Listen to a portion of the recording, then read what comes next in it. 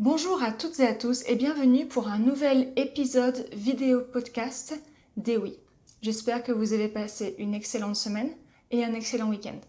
Alors aujourd'hui on va travailler du vocabulaire et on va travailler des expressions qu'on utilise beaucoup et on va se concentrer sur des expressions d'oiseaux.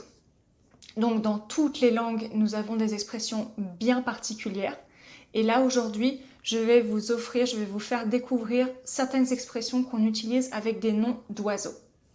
Alors, le premier nom d'oiseau qu'on utilise beaucoup dans les expressions en français, c'est avec le mot poule, poulet. Alors, je ne sais pas si vous savez, mais bien sûr dans toutes les langues, il y a des surnoms péjoratifs pour les policiers. Est-ce que vous en connaissez en français ? On utilise en français le mot poulet pour désigner les policiers. Attention, c'est péjoratif. Ne dites surtout pas « Oh, voilà un poulet » devant un policier en France parce que c'est très péjoratif. Donc je sais qu'en anglais on utilise pig, mais en français on va utiliser le mot poulet. Pourquoi ? Alors pendant l'émeute de la Commune en 1871 à Paris, les policiers ont dû changer d'endroit. Et donc Jules Ferry les a envoyés dans une caserne qui est sur l'île de la Cité. Et en fait, cet endroit était un ancien marché aux volailles. C'est pour ça en fait que le nom est resté, le surnom de poulet est resté. Donc maintenant, ça fait peut-être un siècle qu'on utilise comme surnom le mot poulet pour dire policier. Mais attention, je répète, c'est péjoratif. D'autres expressions qu'on va utiliser aussi avec poule, poulet. Par exemple, quand vous écoutez de la musique et que en fait vous êtes très sensible, vous allez avoir la chair de poule, d'accord ? Donc la chair, c'est donc la peau. Et vous savez, quand on tue un poulet, quand il n'y a plus de plumes, il y a, voilà, c'est the goosebump. Et donc en français, on va dire la chair de poule. Donc par exemple, pour moi, écouter une belle musique classique, parfois me donne la chair de poule. D'accord ? Donc la chair de poule. Donc vous avez poulet pour le mot péjoratif pour le policier. Avoir la chair de poule. Il y a aussi avec le mot poulet et le mot poule. Alors ça aussi c'est intéressant. Quand utiliser le mot poulet et quand utiliser le mot poule. Donc la poule c'est l'animal vivant et le poulet c'est l'animal qu'on mange. Donc quand il est cuit. Pourquoi on fait la différence ? Je ne sais pas. Donc il y a une autre expression avec le mot poule. Par exemple, j'aimerais les mathématiques quand les poules auront des dents. Ça signifie en fait que je n'aimerais jamais les mathématiques, ça n'arrivera jamais. Quand les poules auront des dents, donc bien sûr que les poules ne pourront jamais avoir de dents, donc on utilise cette expression quand quelque chose n'arrivera jamais. D'accord ? Donc quand les poules auront des dents, vous utilisez le verbe avoir au futur. Ensuite, avec un autre type d'oiseau. Il y a une expression qu'on utilise avec l'oiseau qui s'appelle le moineau. Donc le moineau en anglais, ça signifie, c'est sparrow. Donc par exemple, moi quand j'étais petite, je ne mangeais pas beaucoup. C'était très, très difficile de me faire manger, je ne mangeais quasiment rien. Je mangeais comme un moineau. D'accord ? Donc en anglais, on dit to eat like a bird. Mais en français, on va être plus spécifique. On va utiliser le mot moineau parce que l'oiseau... le moineau est un petit oiseau. Donc on dit manger comme un moineau. On peut dire aussi une expression plus générale, avoir un appétit d'oiseau. D'accord ? Donc c'est le contraire d'avoir un appétit d'ogre. Donc appétit d'ogre, c'est avoir un gros appétit, manger beaucoup.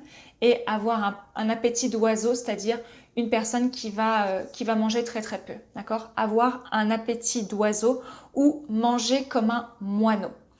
Une autre expression qu'on va aussi utiliser avec avec un autre type d'oiseau, c'est la linotte. Alors, j'ai cherché la traduction en anglais, c'est the linnet.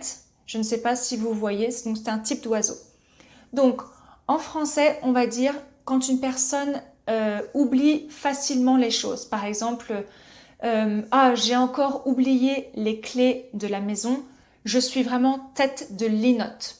Donc, être tête de linotte, c'est oublier les choses très facilement, les clés de la maison, ou par exemple une personne qui va conduire une moto et qui a oublié son casque à la maison. Ah, je suis tête de linotte, j'ai oublié mon casque. D'accord? Pourquoi on va dire tête de linotte? Donc j'ai aussi cherché l'origine de cette expression et c'est intéressant. En fait, les linottes, ce sont des oiseaux en fait qui ne font pas attention, les animaux doivent avoir un sens en fait, doivent se protéger donc des prédateurs. Et donc les linottes apparemment ne font pas très attention quand elles construisent leur nid, elles ne protègent pas forcément, elles ne choisissent pas le meilleur endroit. Et donc bien sûr que c'est un danger pour les œufs et pour les oisillons. Donc quand on dit être tête de linotte, c'est-à-dire qu'on ne fait pas attention et qu'on oublie facilement. Parce qu'apparemment l'oiseau, donc la linotte, ne fait pas très attention pour se protéger des prédateurs. Donc être tête de linotte. Ensuite, une autre expression qu'on utilise, alors peut-être que celle-là vous la connaissez, c'est quand il fait très froid. Alors quand il fait très froid, on va dire il fait un froid de canard. Donc on utilise le canard pour en fait quand on veut dire qu'il fait froid. Il fait un froid de canard, d'accord? C'est quand il fait très froid. Et enfin, donc deux autres expressions. Il y a aussi l'oiseau, je ne sais pas si vous connaissez, la pie. Alors la pie, P-I-E, en anglais c'est the magpie. Et quand une personne parle beaucoup, beaucoup, beaucoup, on va dire il est bavard comme une pie. Donc, par exemple, j'ai reçu ma belle-mère pendant 2 semaines à la maison et elle parle beaucoup. Et donc je peux dire ma belle-mère est bavarde comme une pie. D'accord? Bavarde comme une pie. Et enfin, une dernière expression, donc là, c'est avec le mot oiseau en général, on ne va pas choisir une espèce spécifique. Donc par exemple, quand on dit qu'une personne est un peu bizarre, un peu excentrique, qui a des comportements un peu étranges, on va dire « Ah, c'est un drôle d'oiseau ». D'accord? On n'utilise plus trop vraiment cette expression, peut-être dans la littérature, dans les livres. C'est un drôle d'oiseau, c'est-à-dire que c'est une personne qui est un peu spéciale, qui est un peu bizarre. Voilà pour ces expressions, donc pour cet épisode de podcast qui, cette fois-ci, est court. Je vais faire un résumé rapide de toutes les expressions qu'on a vues ensemble pour en fait vous aider à mémoriser ces expressions. Donc vous avez le mot poulet, donc quand on veut insulter un policier ou quand on parle d'un policier de manière péjorative, on va dire le poulet. Donc vraiment attention, ne dites pas ça en face d'un policier, c'est une offense, d'accord? Donc un poulet. On peut dire avoir la chair de poule quand on regarde un bon film ou quand on écoute une belle musique, avoir la chair de poule. Quand quelque chose n'arrivera jamais, on va dire quand les poules auront des dents, d'accord? Donc ça aussi, on utilise le mot poulet. Ensuite, quand on ne mange pas beaucoup, on va dire il mange comme un moineau, ou alors on va dire il a un appétit d'oiseau, d'accord? Un moineau. Ensuite, quand on oublie les choses très facilement, on va dire être tête de linotte, c'est-à-dire ne pas se concentrer, avoir la tête dans les nuages. On peut dire aussi être tête de linotte. Quand il fait très froid dehors, on va dire attention, couvre-toi bien, il fait un froid de canard dehors, un froid de canard. Ensuite, quand une personne parle beaucoup, on peut dire qu'il est ou qu'elle est bavard, masculin, ou bavarde comme une pie. D'accord? Une personne qui parle beaucoup, bavarde comme une pie. Et enfin, quand une personne est un peu excentrique, un peu bizarre, on va dire que c'est un drôle d'oiseau. Voilà pour cet épisode de podcast qui j'espère vous a plu et vous aidera dans votre apprentissage du français. N'hésitez pas à me suivre sur les réseaux sociaux. Donc je suis active sur EwiClass, donc sur Instagram, c'est mon compte Instagram. N'hésitez pas non plus à me suivre sur YouTube pour ne perdre aucun épisode podcast vidéo.